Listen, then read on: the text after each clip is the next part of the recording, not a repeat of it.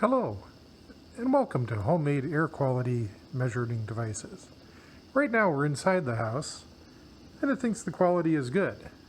Of course, we're also standing right next to the air cleaner. Let's see what happens when we go outside.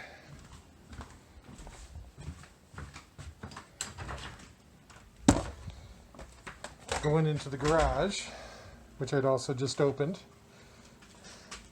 Garage is unfiltered air, but it's been mostly closed except when I go inside and outside. And we can see that the particulate sensor is measuring a little bit more. Not so good in the garage.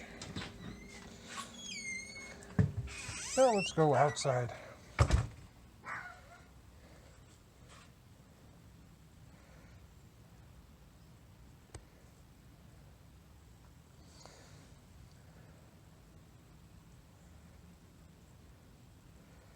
And as we can see as we go outside, it's going up.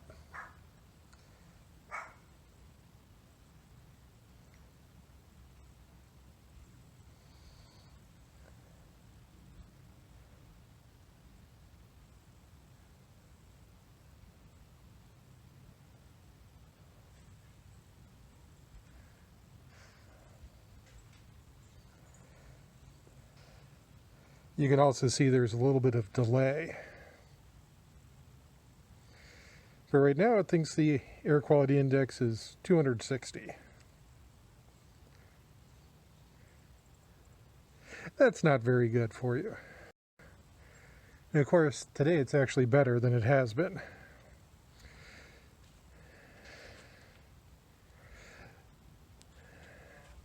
Let's head back in the garage.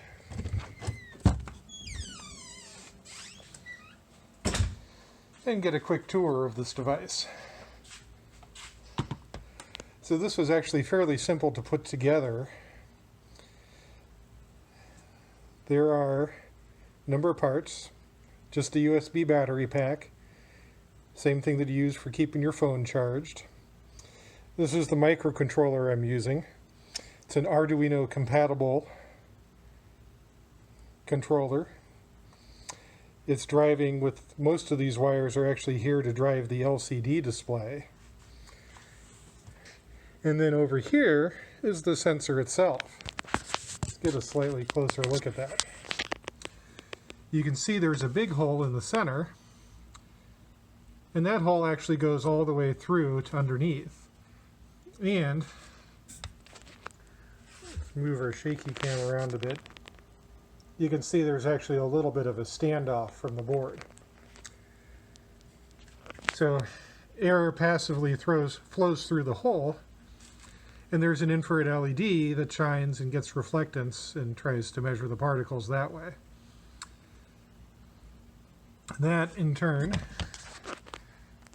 is connected just directly to input pins on the Arduino, which does the measurements and sends the measurements to the display.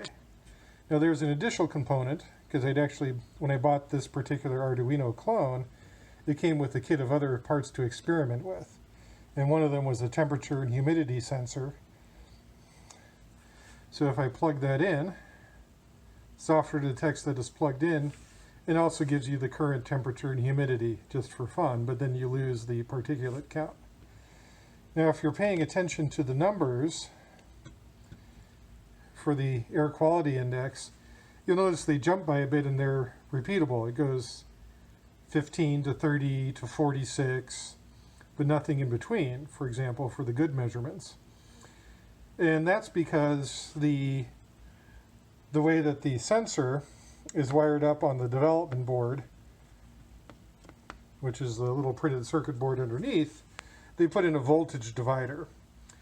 And with that voltage divider and the analog to digital converter, the analog to digital converter, the part on the board that's doing the voltage measurement to convert it into the particulate density, according to the data sheet for the sensor, that does it by steps. So there's only does 1,024 different steps, which you'd think would be a lot of resolution, but because of the voltage divider on the sensor, each of the steps is actually fairly small, so it's measuring smaller voltages. And so you're seeing a result of that step size. It can only go by about 15 per step for the air quality index. Now I have no idea how this measures or how this compares to a real calibrated sensor because I have no way of actually calibrating this. But you can see that it's clearly better inside the house where there's an air filter and an air conditioner slash furnace slash house fan that's always circulating the air through the house filter, but nothing else. Go into the garage where it's unfiltered air, but still mostly closed off from the outside. There's some air leaks around the garage door, and I've only been going in and out of the house through the side door on the garage. So there's a little bit of extra dust and smoke in the air in here, but it's not horrible. But as soon as I go outside, it jumps up. There is a little bit of delay because the software does try to average the last 10 measurements to keep from bouncing too much around. But this was actually a fairly simple project to put together because it's just some discrete parts that are well documented, and there's already libraries available to drive the LCD and to read the sensor and to read the temperature sensor. So it was a quick build. I actually had the first measurements about half an hour after getting the sensor delivered in the mail. And then it was just tweaking and trying to calibrate at least a little bit and going from there.